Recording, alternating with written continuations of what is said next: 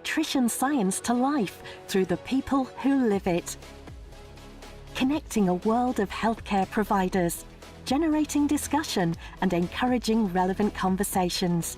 NNI believes that the more we promote and grow the understanding of nutrition today, the more we can shape the science of tomorrow.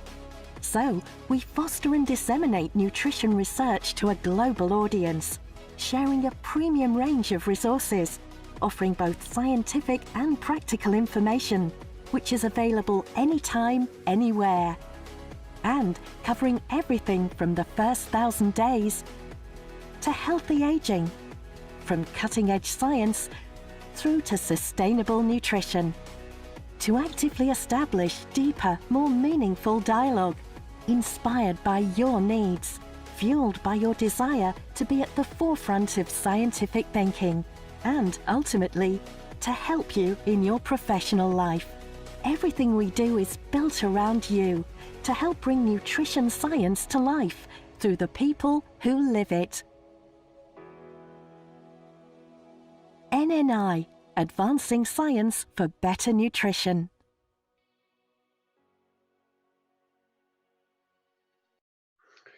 Hello to everybody and welcome to our today webinar. My name is Mike Posner. I'm the Medical Director for the National Nutrition Institute in Europe, Middle East and North Africa. And it's my pleasure to share a symposium on this special day on the 17th of November, the World Prematurity Day. I think it's the day dedicated to babies born too soon and to their parents.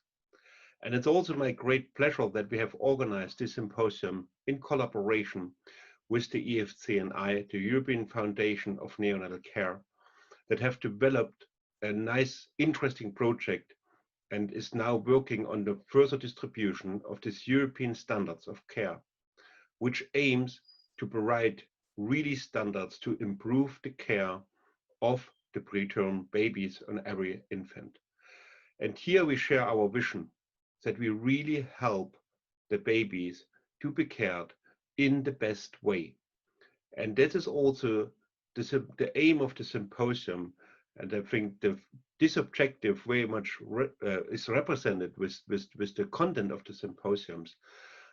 What could be better and even more suitable than the World Prematurity Day to talk with experts in the field of nutrition about the situation and the progress in research of preterm babies. It's 10% of all babies, and I think it's worth to exchange and sometimes the new developments in this area. So I will now introduce one of the first speakers, is Professor Nick Ambleton. He is a consultant neonatal pediatrician and professor of neonatal medicine, Newcastle University in the UK. He qualified with honors in medicine from Newcastle University in 1990. Doctoral thesis was in 2002 on the protein requirements in preterm infants. He is chair of the working group on donor human milk, British Association of Perinatal Medicine, and I think he's also the ESPICAN elected member of the Committee of Nutrition in 2014. Currently, Professor Ambleton is leading different research programs.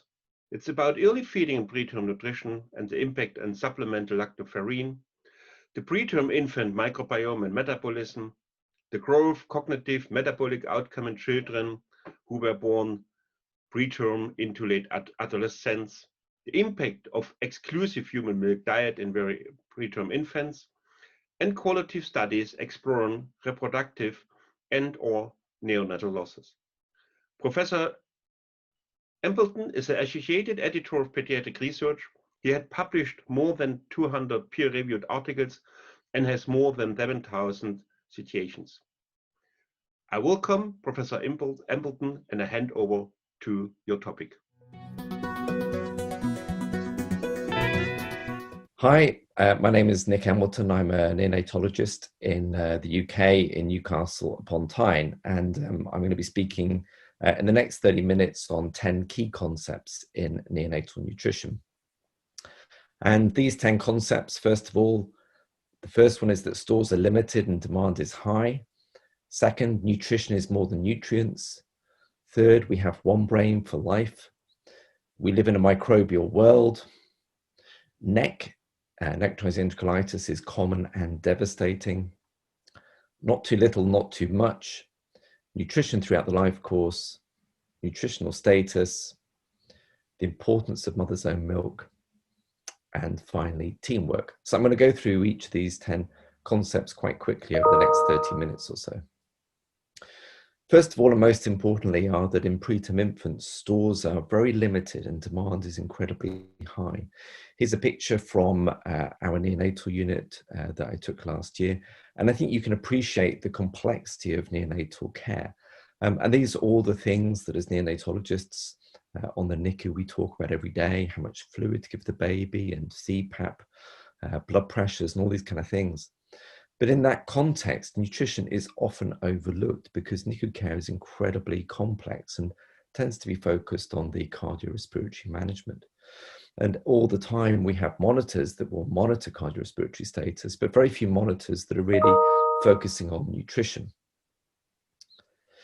So stores are limited and demand is high. Here's a picture of Pogacar, who's a Slovenian cyclist who just won the Tour de France. And this guy cycles up and down mountains for a living.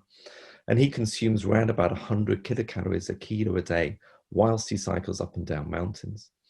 Put that in comparison to a preterm baby where we know that energy requirements are around about 120 or 130 kilograms a kilo a day. So preterm infants are doing something that requires 20 to 30% more energy than the most demanding physical activity known to man. And importantly, around about 70% of all that energy expenditure is in the brain. If you want to consider protein requirements, this is how many Big Macs an adult would need to eat to be equivalent to protein requirements in preterm babies. So what are babies made of? We need to have some understanding perhaps of body composition in such a premature baby. And this is an amalgamation of work done now maybe more than 30 or 40 years ago. And what this shows you is that the mineral content of the body only weighs about 1 or 2%. Lipid accounts maybe only for 1 or 2% in babies born at 25 weeks, but closer to 15% at term. Protein is relatively constant, around about 10 or 12% of weight. But this means that most of the weight of the babies that we look after is actually water. So a 24-week baby is about 90% water by weight. This means that if you weigh 500 grams, there's only about 50 grams of solid matter. So here's a picture of Theo, a little baby that we looked after a couple of years ago, weighing only 350 grams. So he has to survive with less than 40 grams of lean tissue, yet somehow he's able to achieve this. So when we consider how much energy might be contained within that tissue, let's compare the fact that a preterm baby with 50 grams of non-hydrated tissue is about the same as a chocolate bar. When you put those energy requirements together, they're actually pretty similar. But the available energy left to this baby here is probably only 50 grams. And this means that a preterm infant is perhaps only one bite of a chocolate bar away from death due to malnutrition. Intakes really matter. So over the first week, this study showed that for every extra 10 kilocalories a kilo of energy you got, you had a 4.5 point advantage in developmental outcome at 18 months of age. And for every gram of protein, about an 8 point advantage in developmental outcome. So we need to think nutrition. We need to start nutrition as soon as the baby gets to the neonatal unit, both with buccal, colostrum and standard parental nutrition. We need good guidelines, audits, and we need, importantly, to avoid malnutrition. However, nutrition is much more than nutrients, and none of these nutrients function in isolation.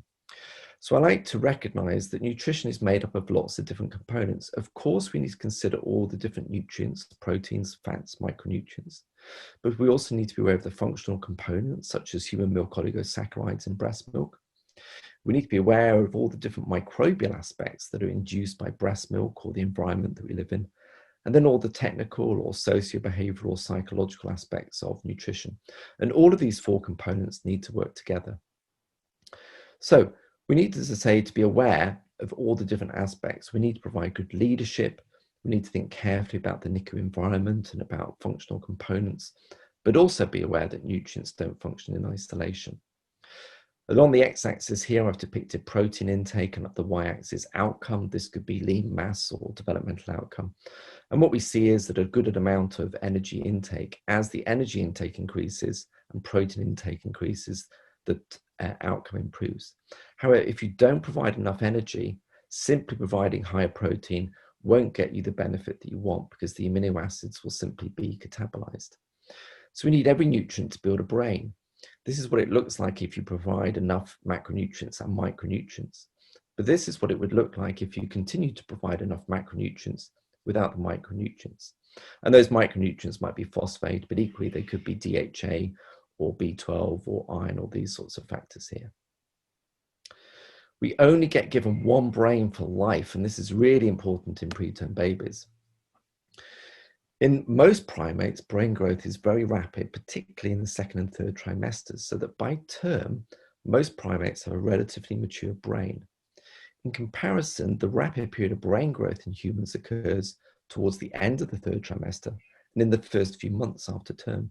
So humans, in comparison to most primates, are born relatively immature. And between 24 weeks gestation and 2 years of age, humans acquire about 90% of their final adult volume. Now here's a picture of a rhinoceros with a very large head, but when you look at the brain is actually relatively small. In comparison, the brain of a human baby fills the entire cranial cavity. Here's another way of looking at it. Along the x-axis, I show you body weight as a logarithmic scale, and up the y-axis, brain weight. And you can see that most mammals plot out along that average line. But humans are off the scale at the top here. And in comparison, the human brain is around about 10 or 20 times as big as most other mammals. And everything about placental function and breast milk composition is designed for us to grow a big brain. That is the whole focus of nutrition in early life. Now, not only do we acquire a lot of brain volume in this process, in this time period, but there's obviously lots of different processes going on. Neuronal migration, particularly active throughout second and third trimesters, apoptosis, synaptogenesis that may not complete until a few years of age, and myelination that may even continue into adulthood. And all of these processes are under the control of growth factors, particularly IGF-1. And now there is accumulating evidence that the amount of nutrients we give babies, particularly macronutrients, influence IGF-1 levels. So there is a direct link between nutrient input now and control of various neurological processes. And brain development, of course, is very complex. There are lots of different anatomic regions and lots of unique developmental processes. And all of these need to take place in a time-coordinated sort of pattern for us to bring and develop a normal brain. And so these complex circuits that need to be formed all happen to happen in sequence. And if you don't do the first few steps correctly, you won't be able to do the subsequent steps appropriately either. So the impact of nutrient deficiency on the brain depends on the amount of that nutrient, the type and timing of nutrient deficit, and the duration. So here are three theoretical examples. So A might be an example of macronutrient deficiency, which is particularly common in the first few days. B might be an example of a nutrient like iron, which perhaps you don't need lots of in the first few days, but after that becomes important. Whereas nutrient C might be something really important throughout the third trimester and infancy, like choline or DHA. And so a lack of any of these nutrients will have a different impact because the insult is occurring at a different stage of brain development. And there are lots of mechanisms that might link nutrients to brain development. Of course, we need all the micronutrients for tissue substrate. We then need energy to drive the system, particularly carbohydrates and lipids. We need lots of signaling and growth factors. So, for example, sphingomyelin and phospholipid that you find in the milk fat globule membrane, but also lots of growth factors. Next, we recognize that there are lots of nutrients that impact on gene expression. This is particularly true for folate, B12, and iron. We know that breast milk reduces neck and sepsis, and neck and sepsis are particularly damaging to the brain. And then finally, all the microbial aspects, such as the role of prebiotics like human milk oligosaccharides, lactoferrin, and perhaps probiotics. So we only have one brain for life. The practical elements of that is that we should try wherever we can to prevent neck. We need to maximize use of mother's own milk. We need to meet macro and micronutrients as soon as possible, and we need to regularly review nutrients. Next, we need to recognize that we live in a microbial world, and the gut really is the inner tube of life. Hippocrates says that all diseases begin in the gut, and when we think about preterm babies, that really might be true. 80% of all the antibody-producing cells in the body are located in the gastrointestinal tract, which means that the gut is the most important part of the immune system. There are more microbial cells in us than human cells, and many, many more microbial genes than human genes. So really, we might think of humans as a superorganism involved in a lot of metabolic and immune processes. And it's important to recognize that human development would be impossible without these microbes. And when you add up the weight of all these microbes, they come to about 1.5 kilos in an adult. So we've evolved in a microbial world, and there's this continual tug of war between how we manage beneficial microbes, but also how we exclude harmful microbes. And that challenge is particularly acute for a newborn baby who has to learn on the one hand to establish tolerance, whilst on the other activating immunity against pathogens. And you might ask yourself the question, how on earth does a 24-week baby who is supposed to still be in utero understand which are the healthy bacteria and what's supposed to be a pathogen? We know that the pattern of bacteria change over the life course. They're very different in adults to what they are in babies when they're first born. But we have very little understanding about what the healthy pattern should be in a preterm baby, because of course preterm babies were not designed to be here in evolutionary terms. When term babies are born, of course, they come into contact with mother's secretions, skin, and these sorts of things. And then they go home and get into contact with all the things in the environment. And we know that initially the bowel is colonized by anaerobic species, particularly bifidobacteria and bacteroidetes, which create and sustain a low oxygen environment. And into this mix, breast milk and breastfeeding support successive waves of colonization. But just think how different this is for a preterm baby. Over the first few seconds, minutes, hours, and days, the life and environment of a preterm baby is very different to that of a term baby. Furthermore, they're touched by hands that are washed with soap and antiseptics. We put bits of plastic into them, we give them lots of antibiotics and maybe H2 blockers. And then even when we give them breast milk, we have to give it in abnormal ways that involve coming into contact with plastics and various aspects of processing. So it's perhaps not surprising that microbial aspects of preterm babies are very different from that in term babies. And to some extent, all preterm infants are dysbiotic with a lack of diversity and absence of key species like bifidobacteria. And we're particularly interested in many of the metabolic products of these bacteria rather than simply these bacteria.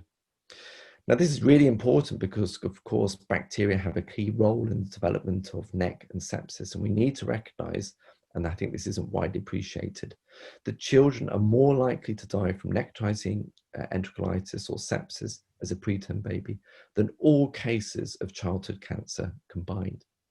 And so going on in the gut is this continual interaction between microbes, nutrients, and the immune system that changes over the life course. And we can think of NEC perhaps as a breakdown in an interaction between these three different elements, but we don't really understand what might be going on. So NEC is a really terrible disease. It's a pathological term applied to a clinical syndrome. We know it's multifactorial, and unfortunately there's no single diagnostic test. It strikes without warning. Around about half the babies who develop serious NEC require surgery, and about half of those who require surgery die. So this is a really serious disease that tends to dominate a lot of the feeding practices on a neonatal unit. And NEC is probably the end result of lots of different pathologies, and it presents in lots of different ways. And perhaps one way of viewing NEC is that it is one end of a continuum of gut health. So whilst NEC is the visible tip of the iceberg below the surface, going on below the surface are all these other important aspects of dysbiosis, inflammation, and metabolic and epithelial health. So we like to think of NEC perhaps as the tip of the iceberg of gut health, with lots of other factors lurking below the surface, such as the role of inflammation, feeding, and growth. So within the gut lumen is this continual interaction between microbes and nutrients. Depending on the type of nutrients, we change the pattern of gut microbes. But in turn, the pattern of gut microbes influence the pattern of nutrients and metabolites that we might see in the gut. Whilst providing adequate nutrition is really important, it's also important not to provide too much. Generally, I think with preterm babies, we don't need to be too concerned about making them obese. We really need to focus on providing with enough nutrients to grow a good brain and match lean mass accretion. But during acute illness particularly, it's important that we don't overload the metabolic machinery. And this has been conceptualized by Cohen Houston and others into these 3 phases of acute illness. The acute phase, when ventilation and inotropic support is increasing. The stable phase, when you still need inotropes or ventilation, but perhaps the amount of support you provide is decreasing. And then the recovery phase, with the vital support of organs dropping down.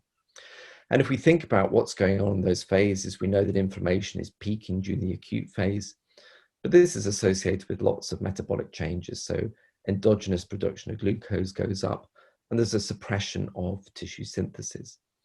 And these various clinical processes are matched by changes in different levels of hormones. And so we see an increase in growth hormone and thyroxine during the acute phase, but we also see a suppression of growth factors like IGF-1. This is true in term babies and children. And in preterm babies, IGF-1 is probably suppressed even more. So during stress and sepsis, the body tries to look after itself by producing a surge of catecholamines and steroids. And this in turn increases endogenous glucose production, increases peripheral insulin resistance, which provides more glucose for organs. But also we start breaking down proteins and fats, and this releases a lot of amino acids and free fatty acids. And so during this stage, it's very important that we don't overload the system by providing lots of parental nutrition. Another really important concept is to appreciate the importance of nutrition throughout the life course. We know, of course, that what happens to you as a baby is likely to influence what happens in childhood. But now there's accumulating evidence that how you grow as a baby, but also as a fetus, maybe even before that, these exposures influence how you turn out as an adult. Now, of course, our genome is fixed, but exposures during critical periods in early life, during sensitive windows, impact on later health and disease. And this whole area has now been conceptualized under the developmental origins of health and disease, with work going back to McCants and his rat studies in the 60s, but developed particularly by David Barker in the 80s and Alan Lucas in the 90s. And various terms have been proposed, but these are now conceptualized within this overall term, developmental origins of health and disease. And effectively what this does is recognize that exposures perhaps even before conception or in utero or in the postnatal period have an impact on later life. And there are likely to be lots of different mechanisms, both epigenetic exposures, but also toxic exposures and environmental factors, interruptions in preterm babies of the normal pattern of brain development, but also, of course, importantly for us, lots of different nutritional and microbiomic exposures. So this has real relevance to management of preterm babies. There are lots of factors that might associate preterm birth with later outcomes. And we know that in term babies, fast or slow growth perhaps may result in different later outcomes. But unfortunately, in preterm babies, these differences in growth, it's not clear to us in later life whether these are due to differences in growth or actually differences in dietary nutrients. So whilst a lot of people are concerned about this in term babies, I don't think we can consider that in preterm babies that nutrients are necessarily going to cause harm. We do need, as I say, to focus on the importance of catch-up growth in babies who haven't grown properly, providing sufficient nutrients for both the brain and lean mass accretion. And it's really too simplistic to say that rapid growth is always bad for you. So we definitely need follow-up of large trials. And the overall factor that I think we can all agree on is that giving lots of mum's breast milk will always be good. How do we assess nutrition in preterm babies? Well, nutritional status is really quite a complex concept. If you ask people to assess nutritional status, then people look a bit confused. It's easy for us to understand how you might assess respiratory status. People would look at respiratory rate or cyanosis or check a blood gas. And similarly, if you ask people to assess cardiovascular status, they would look at the heart rate and capillary refill, oxygen requirements, these things. But when it comes to nutritional status, people are a bit confused. What is it that we should be measuring? And most people, of course, recognize the importance of monitoring growth and using a growth chart. And people like to think that there might be some blood tests that would help us here. Unfortunately, most blood tests in preterm infants are fairly unhelpful. You can take a blood sample and send it off to the lab and ask for nutritional status. Unfortunately, you don't get a sort of report like this. You get a lot of biochemistry back. And very little of this really tells you how you're doing in terms of providing nutrition.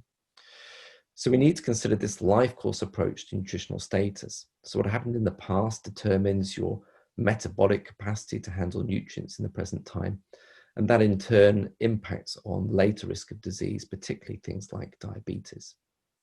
And there are lots of different aspects to this.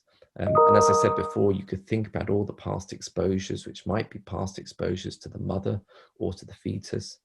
What's happening in the present time, your ability to handle glucose or lipid, or what your body composition is like, or what diseases are ongoing. And these in turn impact the risk of later diseases, which may be metabolic diseases, but also things like brain outcome. So this is a really complex concept to get your head around sometime. And so we've reduced it to the ABCD approach for babies on the unit. So first of all, A, consider anthropometry. B, think about bloods and biochemistry, so particularly sodium, phosphate, calcium. C, think about the clinical factors, whether the baby is very wasted, whether he has rashes, and what specific clinical factors are there, such as a stoma or lung disease. D is to assess the actual dietary intakes, particularly if your micronutrients, for example, exactly what you got over the last 24 hours or so. And then to consider the wider aspects of nutrition in the environment, so particularly what resources you have, whether you're supporting the mother to provide breast milk and feed readiness and these sorts of things, and particularly emphasizing the importance of involving and explaining all of this to the mother. Now, mother's own breast milk is almost always best in every preterm infant. And numerous studies have shown this is really very important. We've learned a lot in the last 10 or 20 years. But prior to this, I and perhaps many other people used to think of milk just as a fluid that you tipped into this great big long tube, that you suck out the fluid and nutrients, and at the end you produce waste product. That was how many of us thought about milk 10 or 20 years ago. But we've learned that things really are much more complicated like that. And we can think of breast milk almost as if it's a biochemical fluid and a means by which the mother can signal to the baby. And there are all these various aspects, such as the metabolites produced in the gut or interaction with the immune system or microbes, that are really key to understanding nutrition and gut health in preterm babies. So as I've said before, we need to think of nutrition as being more than simply the nutrients you give babies, and in turn, therefore, think about breast milk as being more than simply a food. And there are many, many examples of why breast milk is better for preterm babies. Just about every key morbidity you can think of in preterm babies, be it neck, sepsis, retinopathy, or lung disease, is reduced by exposure to mother's milk. We know that babies who get good amounts of mother's milk have better metabolism in later life, so either lipid profiles or bone mineral density. And also we see better brain development in babies exposed to lots of their mother's milk. And there are really numerous studies that support this idea now. So here's one study conducted in France in a large cohort. Up the y-axis, there's a measure of brain developmental outcome. And then there are 4 groups here: babies who didn't get any mother's milk, babies who just got mother's milk in the NICU, mother's milk for 2 months after NICU discharge, and then milk for longer than 2 months after discharge. And you can see this quite nice linear relationship between exposure to mother's milk and better brain outcomes. So I've rushed through those 10 really important concepts. I guess we could come up with a few more. So just to conclude, stores are very limited and demand is high in preterm babies. Nutrition is much more than nutrients. We need to think about all the functional components, microbial components, then all the behavioral aspects of feeding. Babies only have one brain for life. We really need to protect and grow it as well as we can. We live in a microbial world, and this in turn influences our risk of neck and sepsis. whilst we need to make sure we give babies plenty of nutrients to grow properly, we need to avoid overloading the system during acute illness. And nutrition is important throughout the life course. How we look after babies now may influence their risk of disease when they're much older. Nutritional status is quite a complex concept, but as I say, I think you can use the ABCDE approach. And there's an overwhelming amount of evidence showing that mother's milk is always best. And finally then, teamwork makes the dream work. What do I mean by this? Well, we need to appreciate that it's not just doctors or not just nurses or dietitians involved in providing good nutrition to babies. So say we have now got good data to show that there is a dose response reduction in just about every neonatal morbidity for human milk, and therefore we're obliged to make sure that we educate staff, hospital managers, children, society, and parents about the importance of this. And we have to do that by adopting a holistic approach, by demonstrating good leadership and advocacy, and providing empathic, careful support for mothers who are deeply stressed at this period in time. So we clearly need a lot more work, but getting good teams together is key to improving outcomes through nutrition. So why is it that mother's own breast milk provides all these advantages? Well, here's a list of about 200 different components that we know are present in human milk, that currently most of these are not present, or at least they're not present in significant quantities in formula milk. And it's going to be impossible to recreate this mixture, this really complex interaction between multiple components. This will never be replicated in formula milk. So formula milk might incrementally change the composition, but we will never ever be able to replace this complexity of human milk. And there in the middle is Harrison, who is a 23-week baby, who I've kept in contact with, learning at around 39, 40 weeks corrected age to breastfeed from a mother who very patiently, for months and months of neonatal care, continued to provide him with her own breast milk. So I'm going to finish there, just again to emphasize that the work we do is always part of a team effort, whether it's clinical work or academic work. Here's another cycling analogy. Here are the teams that win the Tour de France things, and they only win it not because the guy in the yellow is the best, but because the whole team worked together to get the yellow guy over the finish line. And so really just to emphasize that nutrition is everybody's responsibility, and that it involves parents and nurses, dietitians, but a whole range of therapists and pharmacists, family support workers looking after the psychological well-being of the mothers, the families, lactation support, etc. So providing good nutrition, key to long-term improvements in health for our preterm babies. So if you want to get in contact with us, our website is there, neonatalresearch.net. You can contact us from there or look at any of our slide presentations there again. And I'll be delighted to take any questions. Thank you for your time and attention.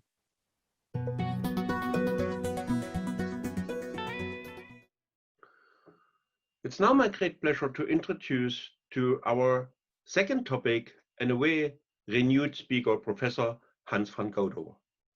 He's the division chair of Emma Children's Hospital Amsterdam, professor of pediatrics at the University of Amsterdam and the Free University, the member of the National Health Council appointed by His Royal Majesty, founder and director of the Dutch National Donor Milk Bank. He received his medical and pediatric training at the Erasmus University, Rotterdam, and performed research for his PhD on nitrogen metabolism in preterm infants we are all getting a little bit older, in 1993. Postdoc intestinal amino acid metabolism in a piglet model revealed novel insights into nutritional management of the preterm infants in the lab of the late Peter Reed's Clinical Nutrition Research Center. He was in Texas Children, Baylor College of Medicine, Houston. In 2000, he was trained as neonatologist in Rotterdam. He is a professor and chair of neonatology in 2004. I think he's well known. He served in many international councils, including European Society of Pediatric Research, International Pediatric Research Foundation, the European Society of Pediatric Gastroenterology and Hepatology and Nutrition, and he served as chair of the Committee of Nutrition. Approximately 350 peer-reviewed articles predominantly on neonatal nutrition and metabolism. He is associate editor of several nutrition and metabolism journals And I think he supervised over 40 medical doctors, PhD students. Please, Hans, go ahead with your lecture. Good afternoon. Thank you very much for joining this webinar. It's a special day today, so I'm glad we can discuss issues that are related to infants born preterm.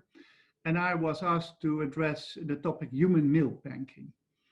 I have nothing to disclose. I will discuss with you some really exciting results with regard to a study that we are currently performing, which is published in medRxiv earlier this year. That was supported by the Foundation to Support the Emma Children's Hospital. What our learning objectives are for today is that I will talk about the benefits of human milk for preterm infants. I will discuss mother's own milk versus processed donor milk, give you the latest ESPCAN recommendations, and the last part of the talk will be on this new developments of COVID and the use of donor milk. We all know that breastfeeding for term infants has beneficial effects on the long term. Blood pressure is reduced, cholesterol levels are lower, your risk of diabetes or overweight is much lower than when you're formula fed, and also you gain some around 2 to 3 IQ points. So all beneficial effects of breastfeeding. And also for preterm infants, some of those results are there as well in the literature. This, for instance, is from Abdul Singhal, a paper published already 20 years ago on blood pressure measurements of formerly preterm born infants, now at the age of 13 to 16 years. And what you easily can see from this slide is that, for instance, infants who are fed human milk had a diastolic blood pressure of 62 millimeters of mercury, whereas those who were fed preterm formula had a diastolic blood pressure of 65 millimeters of mercury. A similar difference was found for the mean blood pressure. And one can easily say, well, this is not really a huge difference, so who cares? But it does. These results correspond to a reduced risk of coronary heart disease of around 10 to 20% on the long term, and also a reduction in stroke risk of about 20 to 30%. So these small differences are really important for the long term. But not only blood pressure has been studied, also IQ, and where I just said that for term infants, the difference in IQ is about 2 to 3 points. For preterm infants, it's much higher. It's around 10 IQ points difference at 8 years of life. Again, shown by the same group, published now 30 years ago. Of course, nowadays, these are old studies, and nowadays you want to have these wonderful new data, and this Cochrane library usually presents those data in a very elaborate way that everyone knows, and that also the quality of those kind of reviews is very good. So I was very much surprised and was happy that in 2019, there appeared to be a review on formula versus maternal breast milk for feeding preterm or low birth weight infants. And they said, well, we are going to use randomized controlled trials comparing feeding with formula or human milk in those infants. But these were the results. There were no eligible trials were identified. And that, of course, has to do that one just cannot do any randomized controlled trials for own mother's milk versus formula, because the mothers who want to provide their children with own mother's milk do not want their child to be randomized to formula, or the other way around is just not possible. And then for all kinds of other issues, there are problems interpreting other or regular research projects that have more just looking at different populations. Because, for instance, if mothers are very ill, it might hamper breast milk provision. And the disease of the mother may affect the outcome of the children. Maternal stress in the most sick babies might reduce breast milk provision to just those babies. We also know that higher IQ, higher socioeconomical status, or non-smoking are associated with more breastfeeding and therefore better infant health. So that's on the other side. And then there might be residual confounding, just confounders that we are not yet aware of. So usually we only talk about associations. And not only the associations from studies from 20 or 30 years ago, but for instance here, Belfort et al. Published a paper in 2016, a cohort study, so all those studies are cohort studies, on 180 preterms, less than 30 weeks of gestation, and they were looking at the correlation between the numbers of days on which own mother's milk intake was more than 50% of the total enteral intake during the first 4 weeks of life.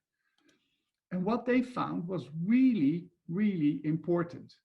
They found that every day that there was a provision of more than 50% of own mother's milk was associated with a half IQ point at age of 7 years. So that is really a remarkable result, but we have to say it's only an association. Another study from the glutamine trial from the US with almost 800 extremely low birth weight infants who were seen 2.5 years later at follow-up rate of 83%. They found that here in red, the infants were fed only formula. In green, they received more than 80% of own mother's milk. And in between the colors are, as depicted here below, were different percentages of the total intake of mother's own milk for those infants. And one can clearly see that the higher intake of own mother's milk was associated with a faster approach, a faster speed to reach full enteral feeding. The length of stay was reduced when the infants were fed more own mother's milk. Rehospitalization rates were reduced, and the Bailey 2 mental developmental index score was increased when the own mother's milk intake was higher. Again, these are just associations. Another study, a meta-analysis of cohort studies looking at own mother's milk versus preterm formula, but then as a result, the result was retinopathy of prematurity. And here from this forest plot, one can easily see that again, there is an association that favors human milk in the reduction of the incidence of retinopathy of prematurity. Again, associations. Seeing all these associations, I was very curious what was happening in our own unit, and that was also about 10 years ago. And we looked at the first 10 days of life. And what you can see here from these pie charts is that in the beginning of the first 10 days of life in our unit, the majority of the infants received formula. And then at day 5, it was about half of them received mother's own milk. And at day 10, it was more like 80% or so. So especially the first 10 days, infants received predominantly formula. We looked again in a cohort on outcomes during the first 2 months of life, in those infants. We looked at 350 very low birth weight infants, and we exactly determined the intake of mother's own milk or preterm formula during those first 10 days. And then we looked at the event-free survival. So sepsis or NEC, so infants that survived without sepsis or necrotizing enterocolitis. And in the first 5 days, here depicted on the left-hand side of your slide, you can see that the event-free survival was highest in infants who received some mother's own milk. And there was not really a dose-response relationship. On the day 6 to 10, there seemed to be a dose response, indicating that the higher amount of days that received more than 50% of own mother's milk, the more infants survived for 2 months without having any sepsis or necrotizing enterocolitis. Again, these are associations. But seeing the low number of infants starting on mother's own milk directly following birth, we decided to install a human milk bank here in Amsterdam, and that was founded 10 years ago. It's not a very new thing actually, because here alongside the canals here in Amsterdam, there's a house that has this stature in the wall that says that in 1662 there was already one was already talking about wet nurses. So rich mothers or rich women who gave birth to children did not want to provide breastfeeding to their own child, but they hired other women that just gave birth to their children and to provide breastfeeding to their own children. So that was 1662.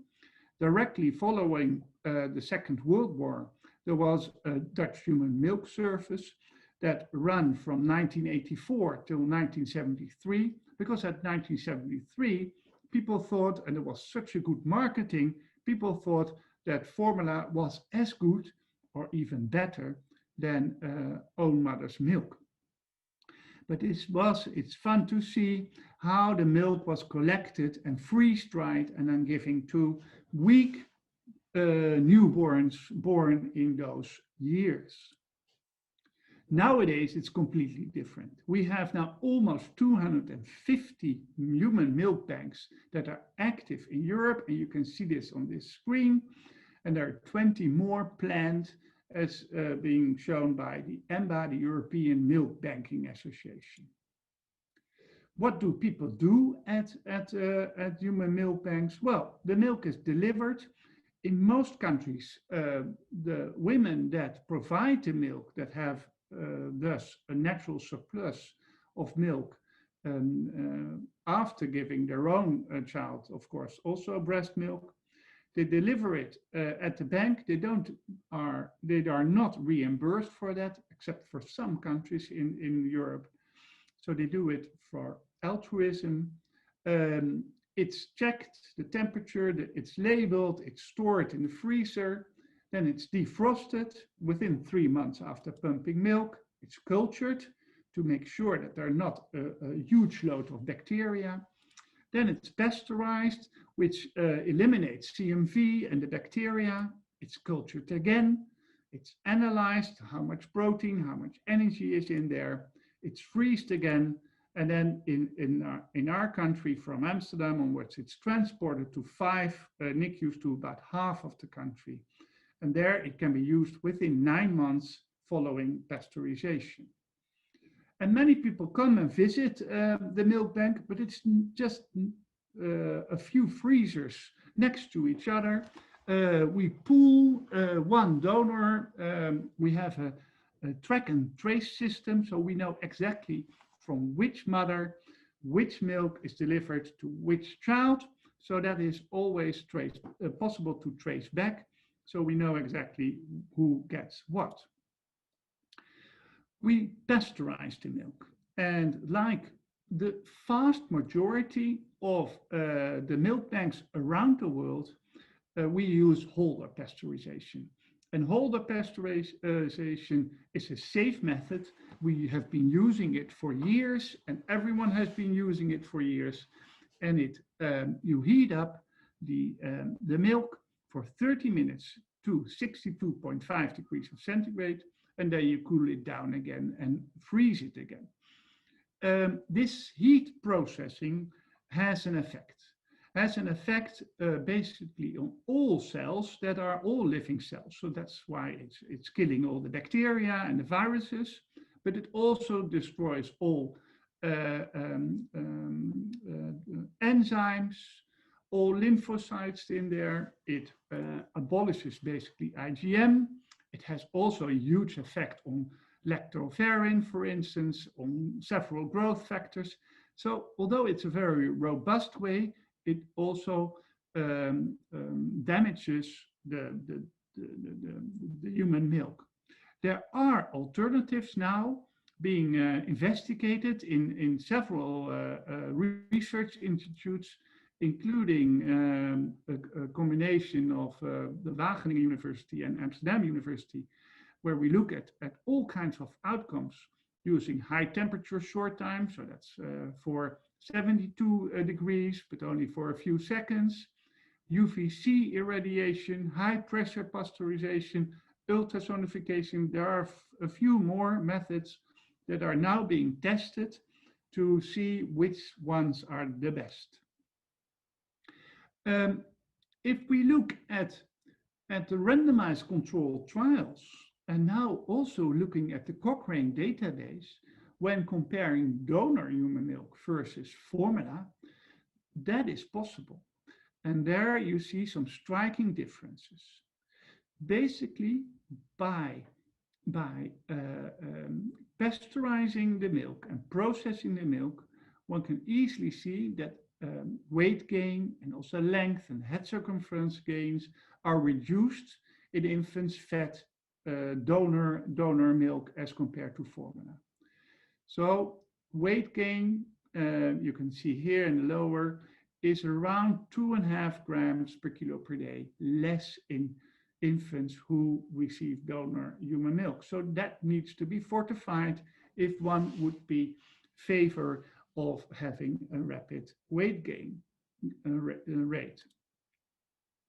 However, there are also some other benefits for the use of donor milk versus formula, and that has to do with the risk for necrotizing enterocolitis. You all know necrotizing enterocolitis is a devastating disease, and donor human milk has shown the capacity to reduce the risk for necrotizing enterocolitis. The risk ratio is 1.9, so there is a substantial reduction in it. However, the number of infants that are in those studies is relatively low. There are also some industry-sponsored studies included that may have a benefit from using the donor milk. And there are some studies that are performed in the 80s where the policy in the neonatal intensive care units is clearly different from what it is nowadays. However, if we look at the ESPRIN advice on donor human milk and preterm infants, we stated already in 2013, and still valid, that own mother's milk or mother's own milk is the first choice, and strong effort should be made to promote lactation. And when mother's own milk is not available, donor human milk is the recommended alternative. When neither own mother's milk or donor milk is available, then one should use preterm formula. Now I switch gears a bit to some really intriguing new data on COVID-19 and the use of donor milk. This is a huge effort of many different labs. Here you see them listed all. And we started this study at the beginning of the pandemic in April this year. here you see all the people that are involved. So it's really a lot of people, all from Amsterdam, but also from the blood bank or the University of Utrecht, from the Wageningen University, and from a small company called Viral Clinics that has the capability of hosting the real SARS-CoV-2 virus, and we can do all kinds of studies with it. I'm going to start with showing you a small movie clip. It takes about 1.5 minutes that shows the possibility of using breast milk as a bridge till we have a vaccine. In a world where millions of lives are under threat due to COVID-19, it is of vital importance to gain a better understanding of how the virus actually works in search of a cure. The surface of the virus particle is covered with approximately 100 spike proteins. They always come in groups of 3, in which the proteins are intertwined. Each individual protein consists of 2 parts: a globular head called S1 and a stalk-like structure called S2. One of the 3 heads is slightly bent, enabling it to connect to the so-called ACE2 receptor on a human cell. Once the connection between the virus and the receptor has been established, the human body activates the TMPRSS2 enzyme. This is a protein-cutting enzyme that proceeds to cut off the head of the spike protein. This causes a change in the structure of the virus. The S2 protein now grows longer, penetrating the human cell. The protein then retracts again, bringing the membranes of the virus and the cell very close to one another. At this point, the virus can enter the cell through a process of endocytosis. It engulfs the cell with its membrane. The virus has successfully invaded the cell and can now start to multiply, ready to overrun the system. However, we have strong defense mechanisms that try to prevent this from happening at all costs. Scientists recently discovered how our antibodies react.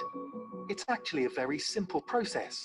Our antibodies bind to the spike head, or S1, thereby preventing it from connecting with the ACE2 receptor and stopping the virus from spreading.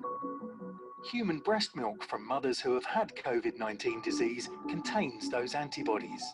Breast milk may thus serve as a prevention strategy in this global public health crisis. So this movie that was made available for us by Sensu actually already hinted towards the idea that we had that breast milk contains antibodies against SARS-CoV-2 virus, as we know that it already contains antibodies against many different viruses. Here I've listed them on the left-hand side, all kinds of viruses that we know breast milk has antibodies against. And for some of those, we also know that those antibodies are really proven to neutralize the virus. So herpes simplex, CMV, echovirus, Coxsackie virus, poliovirus, we already know by experiments that the antibodies in breast milk can neutralize that virus.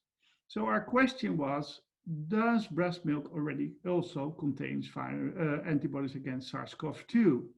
So we had lactating women participating in a study who had a natural surplus of milk, and a group of them were confirmed COVID-19 positive. Then there was a group that had a person in the household that had a confirmed infections, and the lactating woman developed COVID-19 symptoms, and then we had, of course, a control group. And here you see the characteristics of those groups. 3 of the donors who had conferred COVID-19 were also actually admitted to the hospital and got oxygen treatment out of the 29. 9 of them were suspected. They were all term delivering women with time between the start of the clinical symptoms of around, on a medium, about 6 weeks from onset till when we were collecting the milk and blood samples. And here on this graph, you can see that more specifically. Here on the left-hand side, start of the symptoms, and then from about 2 weeks onwards until 13 weeks, we were able to have cross-sectional milk samples from those mothers. We looked at, with various ELISA assays, to different parts of the virus to find antibodies, reactive antibodies. So we looked at the whole spike protein, but also the receptor binding domain, here depicted in green. We looked for IgG-specific antibodies, for IgA-specific antibodies, for total antibodies, and we also looked to the antibodies against the nucleocapsid protein, which is, of course, in the inner side of the virus. And here you see the results, and I will explain it. Here on the x-axis, you see the mothers the samples who are numbered. So the first 3 are the hospitalized women who donated milk, and then we from 4 till 29 are the ones that were positive on PCR. Then we have the 9 suspected, and then we have the controls. Here you see on the y-axis, first the serum. We looked at all the different antibodies, spike, IgG, receptor binding IgE, receptor binding total antibodies, and nucleocapsid protein antibodies. And here on the upper part, we looked at the milk samples, spike, IgA, and receptor binding domains. And what can easily be depicted is that for the confirmed PCR, we see lots of reactions. The higher the levels of the antibodies, the more yellow bright they are. And if they're negative, they are dark blue. So we found that about 80% of the proven cases, we found antibodies in breast milk, and in about 2/3 of the suspected, and hardly any on the controls. So that was important to find out, because now we thought, well, we might have a method to prevent SARS-CoV-2 infections for newborns. However, to provide breast milk to other individuals, one needs to be sure that it's a safe product. And we all know that some of the viruses can be transmitted through breastfeeding. CMV we know, HIV we know, but for instance, hepatitis B or C, we know that there's no transmission. So we wanted to be sure that it's not the case. And we were helped by several reports in the literature, and this was just published a week or 2 ago from Chambers et al. From the US. Here we see samples from women who had SARS-CoV-2. The squares who have a dark color are women who had symptoms, and the squares who are open, the women did not have any symptoms. And they looked at before the samples, before the mothers had a positive test result, and after they had a positive test result. And basically what they found, and also in other studies, that 10 samples of breast milk contained RNA, so that is PCR, but there's no virus cultured in the milk at any of the studies that are available now. So the question is whether antibody-rich breast milk can be used as preventive strategy. Just to be absolutely sure, one needs to have this safe product. So one needs to pasteurize the milk to be sure. And we compared whole pasteurization to another alternative, which is called high pressure pasteurization, high pressure processing. And we looked at that machine. It's used, for instance, for fruit juices pasteurization, or for cheese, providing a very high pressure for only 5 minutes. We looked at the ELISA levels, and we saw that whether you looked at spike IgA against SARS-CoV-2, there was no effect on the high pressure pasteurization or the high temperature processing. But when we looked at the specific function of the secretory IgA, which is the dominant immunoglobulin in the milk, and we looked at the FAP region, which is this part, we found some striking results striking results showing a difference between raw milk, here put at 100%, high pressure, which dropped to about 85%, and Holder pasteurization, which dropped to about 60%. And when we looked at the efficacy of neutralizing the virus, we used a specific, very robust system where we incubated for 4 to 6 days a fixed amount of a clinical isolate of the SARS-CoV-2 virus with a serial dilution of the milk and the blood samples. And we were just looking at the cell viability marker to see how effective either the serum or the milk was in neutralizing the virus. And here we see the same figure as I just seen before, but now in these upper part here in black, the neutralization, one can see that the serum was able to neutralize the virus in about 13% of the samples, whereas the raw and the high pressure pasteurized milk was able to do that in 26% of the milk samples. Holder pasteurization, on the other hand, lost all its potential to neutralize the virus. So Holder pasteurization was too robust, basically, to keep the neutralization capacity of the milk that contained antibodies of mothers who had COVID-19. So in conclusion, and I'm ending now, just 30 minutes after I started, breast milk of mothers who were previously infected with SARS-CoV-2 contains significant amounts of IgA against SARS-CoV-2, and that lasts at least for 13 weeks. Those milk samples have neutralizing capacity, also after pasteurization using a high pressure processing, but not when you treat the milk with heat. We think, and we're in the process of getting there, that breast milk containing antibodies can be used as preventive strategy to reduce viral load, not to cure disease, but to prevent it occurring by reducing the viral load and therefore the subsequent development of COVID-19. It looks very logical to provide that to all kinds of premature infants, to newborns, but one can also think of other vulnerable populations such as elderly. I thank you very much for your attention, and I'm happy to address any questions you have. Thank you.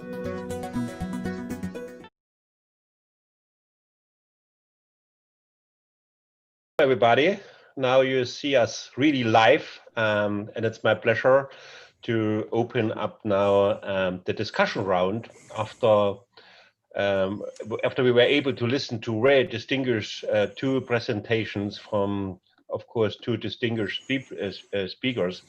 And also thank you very much for your intense participation in the discussion round. And not to lose any time, I think I will start with the questions, and I will address some questions to one of the speakers. Otherwise, I ask the two speakers just to take them up. So the first question, I think, was about general nutrition, and I will ask Nick, when is the best time to start feeding a preterm after delivery? Yep, that's a great question. I think what we've learned over the last few years is that it's safer to start small amounts of enteral feed much earlier than people might have started historically. And we feel that it's very safe now to start giving babies mother's own colostrum within the first few hours after delivery. So we would recommend that the team caring for the baby and the mother speak to the mother as soon as the baby is born, encourage her to do hand expression and collect those small drops of colostrum in a small syringe. And then that milk can be given to the baby into the mouth, what we call buccal colostrum, within the first few hours. So in a way, that's feeding. It's not providing the baby with very many nutrients, but it's performing a very important function of priming the gastrointestinal tract and interacting with lymphoid tissue. So as I say, I think if you count that as feeding, then the answer is you can probably start feeding in most babies within the first few hours. We would then wait for the mother to provide her own milk. So we don't give the baby any donor milk for the first 1 or 2 days. We just wait for the mother to produce her own milk, and then ideally start increasing milk volumes from about day 3.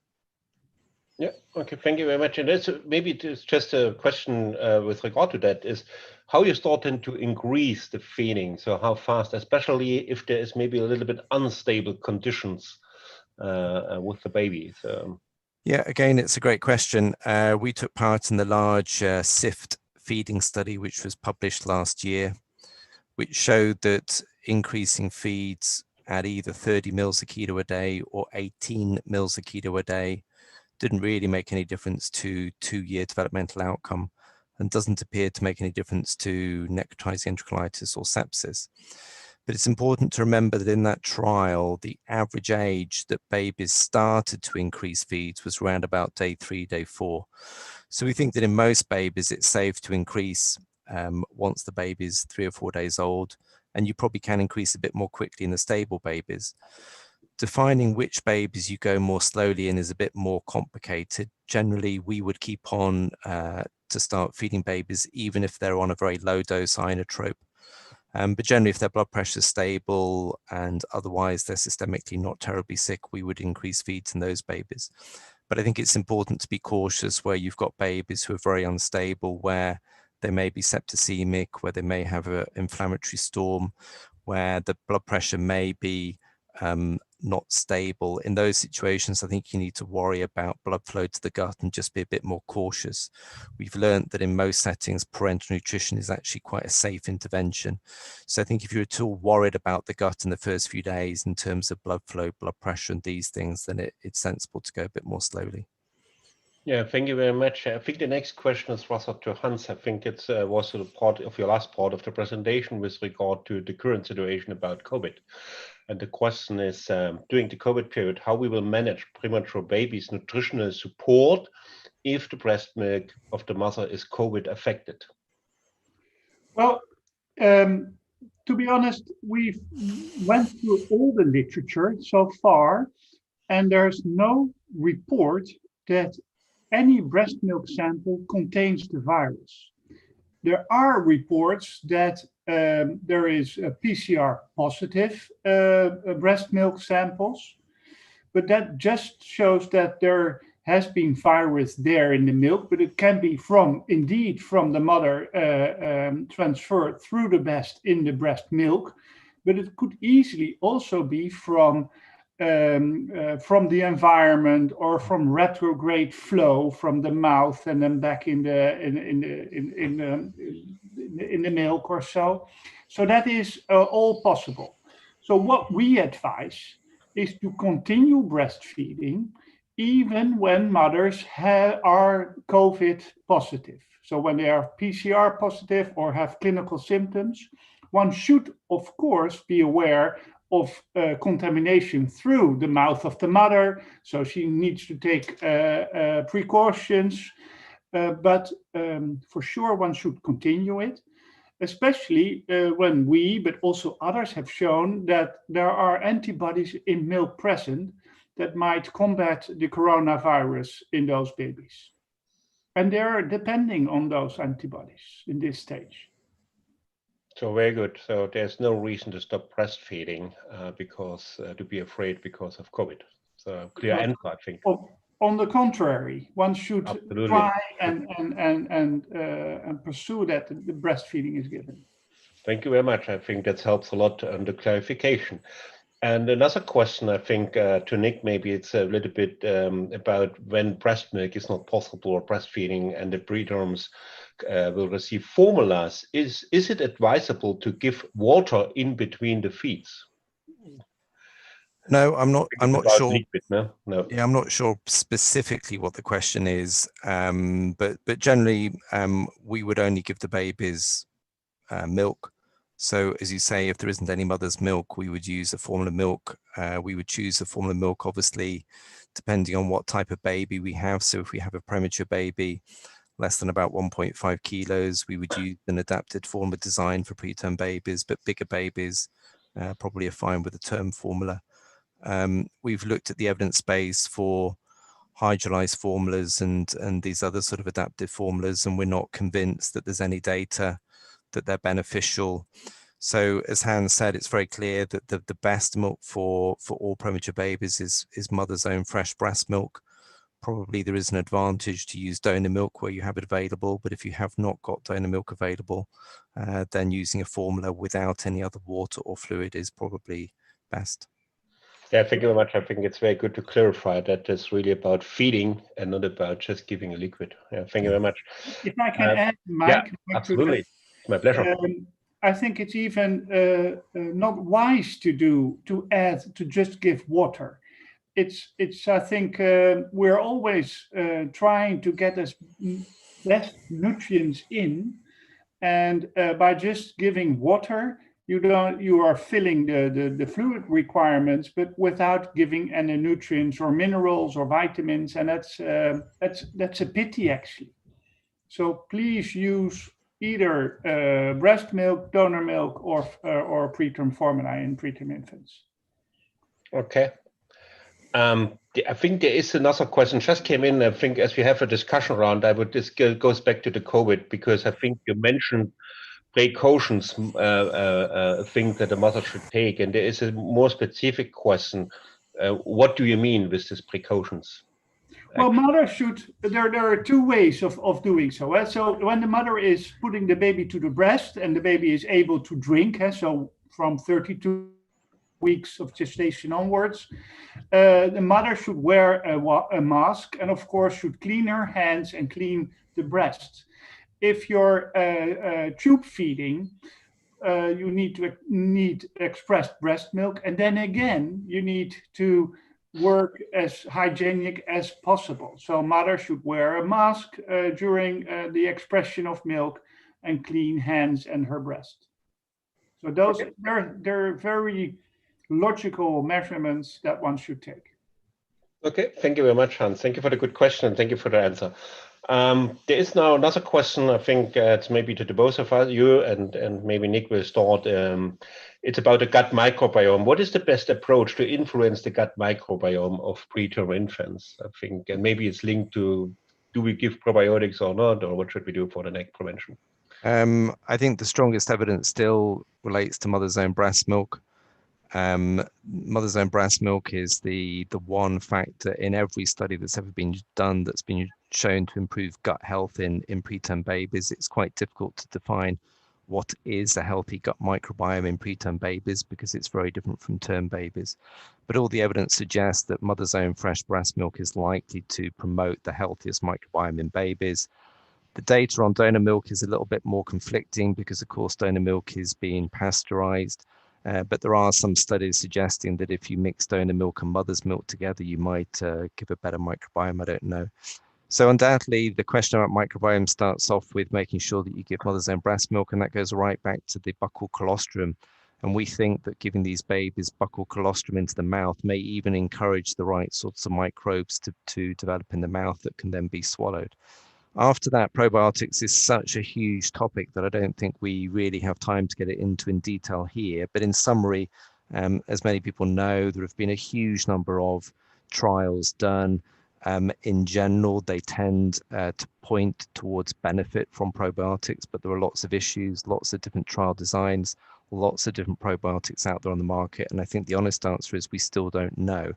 But I think it's quite difficult to look at the meta-analysis and see the effect and still try and convince yourself that there's no benefit. I think there is a benefit from probiotics, but we don't know which one. We need to be careful before we use them, make sure we've got good products, good quality control, because you can get contamination, which can be quite serious. Mm-hmm.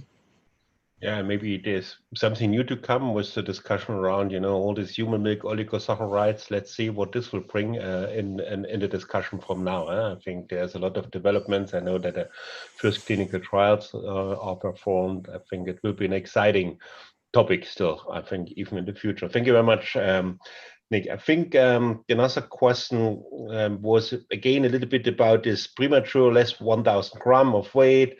When do you suggest starting? How should you make advanced and enteral feeding? I think you rather answered this question. Maybe you give another 3 points, the key points again on this point.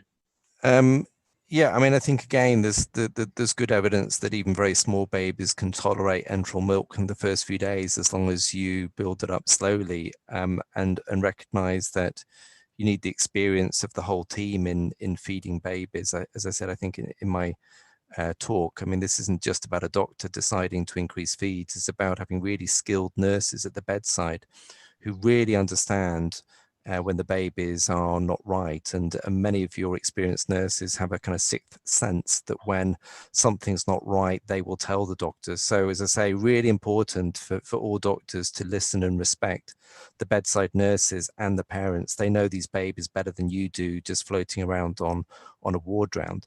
But then having said that, yes, I mean, it's true that many babies can tolerate feeds earlier than I think people thought they could in the past.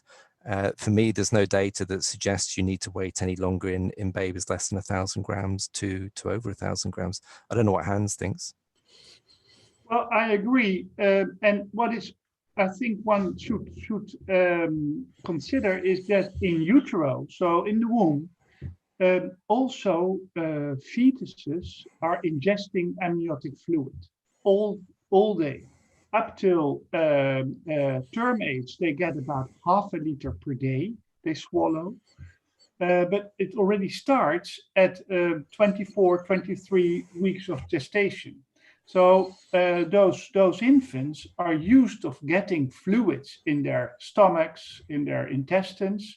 So there's no reason to basically stop that for a while and then continue after 3 or 4 days. So of course, one has to look after these kids, but that's why they're on the NICU. So the nurses take care of those infants, the parents are there.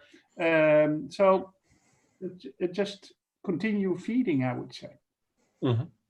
Thank you very much. Maybe back to the question, because as we have a kind of conversation, there was maybe a comment in the sense when we discussed this with the water, and maybe it is because of the fear of osmolarity.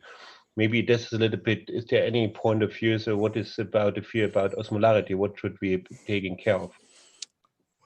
I think osmolarity has been a kind of topic in neonatal kind of nutrition for 40 years or so, maybe longer than that. If you go back to the late 60s and 70s, there were a series of case reports or small studies suggesting that high osmolarity feeds either cause NEC or worse than some other outcome. But those interventions were really quite abnormal. They were using osmolarities in feeds of 600 or 700 milliosmoles, way higher than we would ever use now. When you come back to the range that most people are talking about, so breast milk is less than 300, but fortified breast milk will be somewhere between 300 and 400, as are most preterm formulas. There's really very little data that anything at the 300 mark is any better or worse than data at the 400 mark. So we tend to kind of go along with the AAP recommendation that 450 milliosmoles a litre is the kind of top end. But within that range below it, I don't think there's any really good evidence that osmolarity is a big concern. However, be aware that if you add a lot of electrolytes like sodium supplements and vitamins, these are quite hyperosmolar. And if you are giving these to babies, it makes sense to divide that osmolarity out as much as you can over the 24-hour period. So if you want to give the babies extra supplements, don't put it all into one feed, spread it out over 6 or 8 feeds if you can. And this also accounts for this additional water. So sometimes in the past, people were not using water, but they were using dextrose 10% or so. And that really increases osmolarity. People don't think about it, but that is in a way, then you're getting in really high osmolarity, and there you go to those ancient publications that indeed show an increase in necrotizing enterocolitis. Thank you very much. I think good point of clarification. A little bit now we change. One thing maybe with regard to breastfeeding is about the fortification. So would you recommend use of human milk fortification after discharge? Well, that depends a bit on how the growth has been and what the requirements are. There has been a few studies, only really a few, trying to fortify breast milk after discharge. Actually, from Denmark is the largest one, and they were able to do so. Of course, you need to express milk, then add the fortifier, and then again provide it to the child. The benefits of those fortifications are not clear. Like the benefits of a post-discharge feeding are not so clear. So we don't make any recommendations at the moment for it. We just need more studies that really show a benefit of it. Can I chip in? I think in my talk, I try to encourage people to think that nutrition is more than simply nutrients. So we have to think obviously about, macronutrient intakes, but now, as Hans was saying, we're very much more aware of all the functional components in breast milk. You asked a question about the microbiome, but for me, there's a fourth component, which are all the behavioral and psychological issues around breastfeeding. And for me, there is a danger that if you make breastfeeding post-discharge more complicated because you're asking mothers to add fortifier, you may actually dissuade them from continuing to breastfeed. So you might think that you're doing a good thing by giving the baby more nutrients, but if the mum ends up stopping breastfeeding 4 weeks earlier, you haven't actually made the baby more healthy. So we always need, when we're thinking about nutrition, to understand that there are lots of different dimensions to this. We're not simply interested in getting babies to put on a few more grams of weight. What we know is the mum's breast milk is best for the baby, both before discharge and after discharge. So if you want to do anything different, like add fortifier or something else like that, you need to be very sure that that doesn't decrease the amount of mum's breast milk the baby gets. Otherwise, you're exchanging weight gain, which may not be important, perhaps for brain growth, which really would be. So just always think carefully about how your interventions may impact on behavior and psychology. Yeah, thank you very much. I think it's a good point. I think it's always about this interaction between the mother, the baby, and also the caregivers. Also, the message you convey by doing so is actually saying, well, the breast milk you are providing to your child is not good enough. Yeah. You need additional things, and that's something that one should be aware of. Okay. Yeah, absolutely. And a question linked to that, I think it's about general the preterm. When we change, when we transit from a preterm nutrition to term nutrition. So I think you mentioned that briefly, Nick. So one is the time to say, okay, maybe it's now about the preterm formula or the preterm milk, and then you change to the term milk. Yeah, I think another really important concept then for everyone is to realize that preterm babies are not a homogeneous population, that a 24-weeker is very different from a 34-weeker, is very different from a baby at 44 weeks when they've gone home. And we tend to talk about premature babies and preterm formula as if they're all the same. It's very clear if you look at the data that babies at 24 weeks need much more protein and energy than you would do per kilo at 34 weeks. So we need to appreciate that babies' needs are continually changing, and therefore there will come a point in time when the benefits of preterm formula as opposed to term formula start to disappear or maybe even become negative. So we and others have looked at this, and I think the data is still not very convincing. I don't think there's good evidence that you should keep babies on a preterm formula after they are discharged home. I think you probably are providing those babies with too much protein. I think the jury is still out on whether you should use what people call a post-discharge formula, which is protein and calorie about halfway between a preterm and a term. In general, in healthy preterm babies, it almost certainly makes no difference because babies can upregulate their volume intake if they want extra calories. But the group of babies where it may be important are the babies where they don't regulate demand feeding very well. So there is a very small study showing that in brain injured babies who maybe don't upregulate, that they do benefit from extra macronutrients. So I think we just all need to be very cautious and aware that we don't know the answer to this yet. If you're an otherwise healthy baby, preterm baby, by the time you get to 35, 36 weeks, I doubt there's any advantage to staying on an enriched form at that point in time. But for babies who are more complex, maybe neurological babies, maybe babies with lung disease who struggle to take the formula volume, there may be an advantage of having an increased nutrient density there. Yeah. But as a rule of thumb, it's very simple. Whenever the baby gets term, he can be put on term formula. So it's not so difficult. And then there are these exceptions. Then you might need more nutrients, and those is what Nick is referring to, and those do need some additional nutrients. Yeah. So we still have a lot of questions, but the time is running. But maybe we have still 5 minutes. It's okay for the both of you, Yeah. and the other maybe will send them directly. I think we have now a part of questions about NEC. One thing is about, would there be a benefit to provide HMOs, the human milk oligosaccharides, to preterm infants? Any ideas from you both guys? I think we're just starting to understand this area of study. That there are studies coming out, and we've got data coming out showing undoubtedly that HMOs are one of the key components of breast milk that may modulate risk of NEC. So there are some very exciting data out there, but the studies are quite limited. And really to prove the point, you need to go back to the beginning and do some really good basic studies and your RCTs. And we need to show in RCT settings that HMOs or a combination of HMOs may improve health. So yeah, I think there's a lot of reason there to be optimistic and to be excited about it. But I think it's a bit early to say exactly what we should be doing. Mm-hmm. And in addition to that, NEC is a multifactorial disease. We just don't know exactly how the pathogenesis is.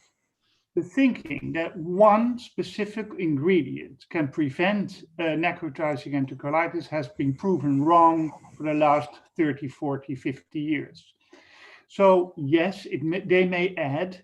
One needs to think about how HMOs are working, and I guess we have some good ideas how they can support growth of certain bacteria that are associated with a reduced rate of necrotizing enterocolitis. So by doing so, one could theoretically think that they might be of help, and indeed those first studies do show some promising results in that direction. However, we need to be careful in now stating that HMOs will be the trick to reduce necrotizing enterocolitis. Even if you look at human milk, that contains more than 200 types of HMOs. That doesn't reduce NEC completely. And the human milk contains also lactoferrin, and it contains all kinds of bacteria and all kinds of lysozymes. And so there are many, many different factors that all may contribute to reduction of necrotizing enterocolitis. But then even on pure human milk, there is still NEC. So one should be careful in saying, well, this will be the magic bullet that prevents all kids from having NEC.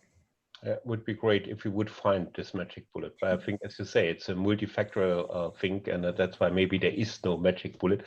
But I think more research will come and will show us the direction, whether it could be something different from maybe the probiotic use or something like that. Let's see. I think the question is about the treatment of gastrointestinal reflux in extremely preborn babies with respiratory problems. Would like to take these questions? I think. Well, the easy answer is that nobody's done a trial of any pharmacological intervention and proved that you actually significantly reduce reflux in these babies. So I don't know of any good data that tell you the best way to manage these babies. Every NICU comes up with their own little way of managing it. And there are some data showing that different kind of positions where you lie the baby may influence gastric emptying a little bit, but there's no data that treatments, the drugs for reflux improve any of the outcomes. There is a big risk that if you start giving lots of H2 blockers or PPIs because you decrease gastric acidity, you actually encourage microbial colonization, potentially with pathogens. And there are some data showing that higher use of H2 blockers increase the risk of NEG. So I would suggest to people that they're kind of careful that you don't start using ranitidine and omeprazole without very good data that it's going to be beneficial. But unfortunately, it's a universal problem. And I think the thing is not to overplay it. I mean, clearly a lot of babies have reflux, and most of them seem to get better with time. And in addition to that, the use of thickeners, which has been advocated some years ago, might also increase the risk of NEC. So, basically, first of all, one needs to rethink the diagnosis. How much reflux is really is tolerable for those infants, and then basically we don't have any treatment, and no one has. I think one of the things I saw quite nice a few years back was what people expect depending on what you call the condition. If you call the condition reflux, and you tell people it's positing and it's normal, then people are happy to put up with it. As soon as you put the word disease and you start calling it gastroesophageal reflux disease, people start wanting a treatment for it. So I would suggest to people you just call it reflux and avoid using the word disease. Thank you very much, Zoe. That's what's happening in a live session. So I think I would take the last three questions, and because I think the time is running, and I think we get more and more, and we could discuss a long time. So I think we had a very interesting symposium. I think one thing, because I think it's a little bit also about what we are discussing at this day, the World Premature Day. So when is the best time to discharge a premature baby from the hospital at home? Well, it's not so difficult.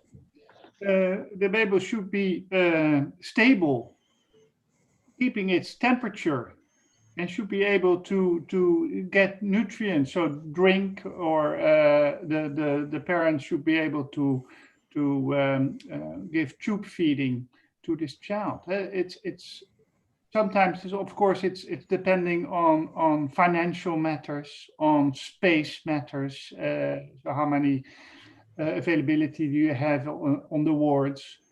But those three items are the ones that are important.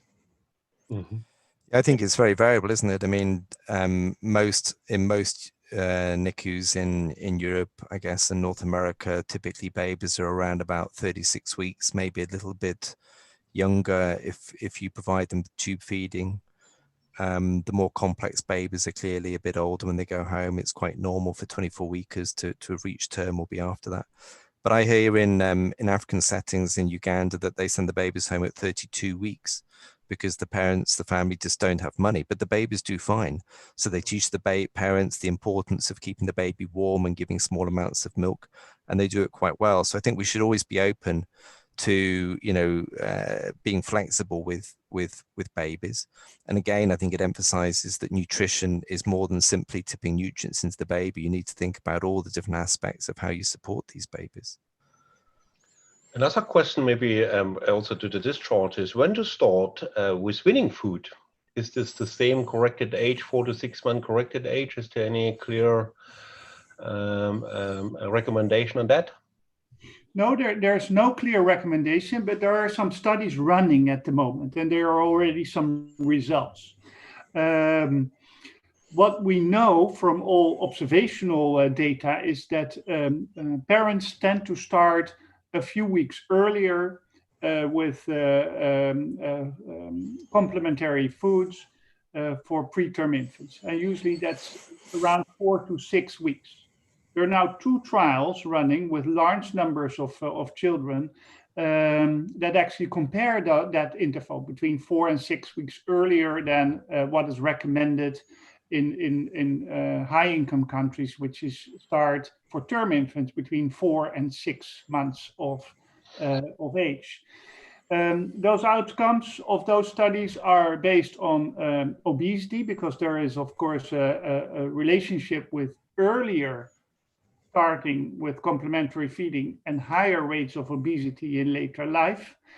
And those outcomes are still out there, but there's no effect, what we've seen so far, and also what Nadja Heiden from Austria has seen so far on allergic symptoms or so for infants in the first 2 years of life.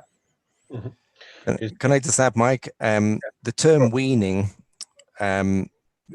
strictly means stopping something, that you're weaning off something. And I think one of the very important concepts for people to get their head around is that there are two things going on here when we ask about this. The first question is, when should the baby first have something other than milk? So that is, when should you be introducing complementary semi-solid foods? And the other question is, when should you be stopping breastfeeding? Because that's really what's meant by the term weaning. And these are two separate things, and people sometimes get the two confused. And I think we do need to explain carefully to parents that just because you've started the process of introducing some non-milk foods into the diet doesn't mean that you should stop breastfeeding. So, you know, in answer to the question, nobody knows the right timing. Our general advice is to wait for the babies to be about 3 months post their corrected date of term. We generally don't recommend before that, but you don't have to start then. But we still want to encourage mothers that they continue to provide breast milk for as long as they can, ideally up to 2 years of age. So these are two separate things going on when we say the term weaning. Yeah, no, thank you very much. And another question, I mean, Hans, you mentioned this with regard to allergy. Preterms and cow's milk allergy, is this a relevant topic? Well, it's as relevant as in the normal population. There have been numerous reports on the allergy risk for preterm infants, and in a way, it's rather strange that there are not higher rates of allergic infants amongst preterms, because when you expect that you are giving cow's milk products and the tight junctions in those intestines are not yet as tight, that you would have an increased risk of allergy. All the data suggest that there's not an increase in allergic reactions in preterms as compared to terms. So it's nothing more special for preterm infants to become allergic than for term infants, and the rates are identical. Okay, thank you very much. Last question I have, and to the both of you, is what is the best way to prevent preterm babies? Well, it's very interesting right now with this COVID pandemic. There are many bad sides on this COVID pandemic, but what we see around the world, so every country, in every region in the world, we see a reduction in spontaneous preterm birth of around 20%.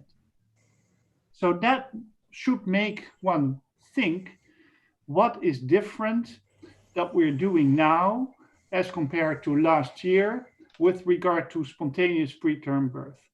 And there are, of course, many things that are different. One can think of more hygiene. One can think of less infections in a way, because people are more resilient to or more reluctant to go out. It might also has to do with stress of the mothers because they are working at home. So there are many factors, and we just don't know yet. But 20% reduction is such a huge difference that one really should consider pointing out what was the cause of that, also to monitor very precisely what's happening after we've had the vaccines and all the things running there. It's amazing what has happened. It is, yeah. Nick, anything to add? Not really. I mean, I think the causes of preterm labor are very complicated, and it's kind of beyond what any of us are doing, you know. And I think, you know, I'm pretty sure that we're still going to be having lots of premature babies in 10, 20, 30 years time. But you know, as Hans is alluding to, and it's possible that the very extreme premature babies are due to factors that perhaps could be adapted. And maybe the COVID is going to give us some ideas about that. And then just to put a kind of an advert or a plug-in for late and moderately preterm babies. We spend a lot of our time focused on these very preterm babies, less than 32 weeks, and that's where all the conversations about neck and microbiome all kind of focus on. But let's not forget these babies born at 32 to 36 weeks. There are 5 to 10 times as many of them, and they're babies who really do need us to think about them. And I'm pretty sure whatever we do at 24 weeks, we're still going to be faced with lots of 34, 35 weekers. So let's not forget these babies as well. Yes, I think thank you very, very, very much. We should continue, I think, another 2 hours, what I see questions coming in. So I would really like, first of all, to thank you both for this, not only for this very distinguished presentation, but mostly for this very open discussion, very practical advices. I would really like to thank the participants around the world and this special day on the World Prematurity Day. And it's really worth that we think about it, that we work together, how we can improve their conditions. And I think also with the last comment, not only focus on the extremely preterm, but also think about this later and preterm babies, and to do everything together. And we know that nutrition plays a key role. And again, thank you very much also for advocacy for breastfeeding and always looking for the right solution for each individual baby. I think that's really important. And I remember 2 things from the presentations, and I would take this up because I think it was very interesting. Think always about there is only one brain in our life. I think it's something what triggers me also to think about.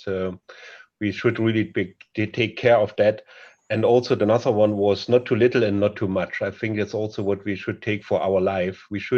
We are in a very intense situation at the moment around the world, and I wish all the people listening to us today that they stay healthy, that they take everything that they can live with this virus. I mean, that will end at some point of time, and a lot of research will be caused from this virus period, even what we discussed in the last 20% less preterm baby. So think about the right balance, not too little, not too much. Thank you very much. Enjoy and stay healthy. Thank you, you both guys. Thank you. Thank you. Thank you.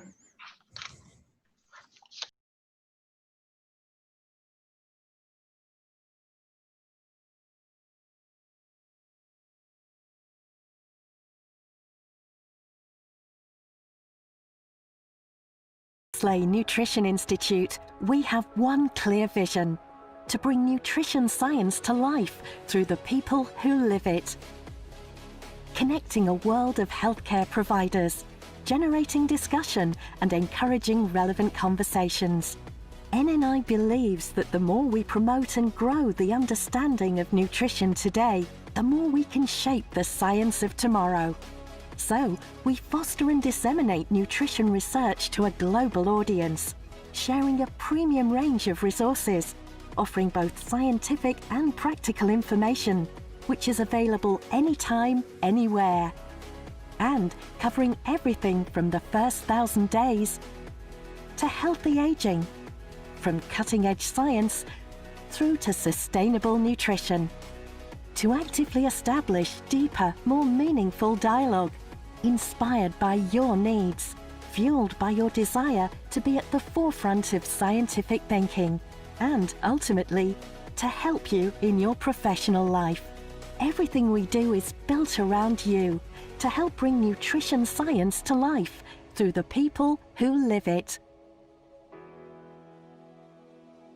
NNI, advancing science for better nutrition.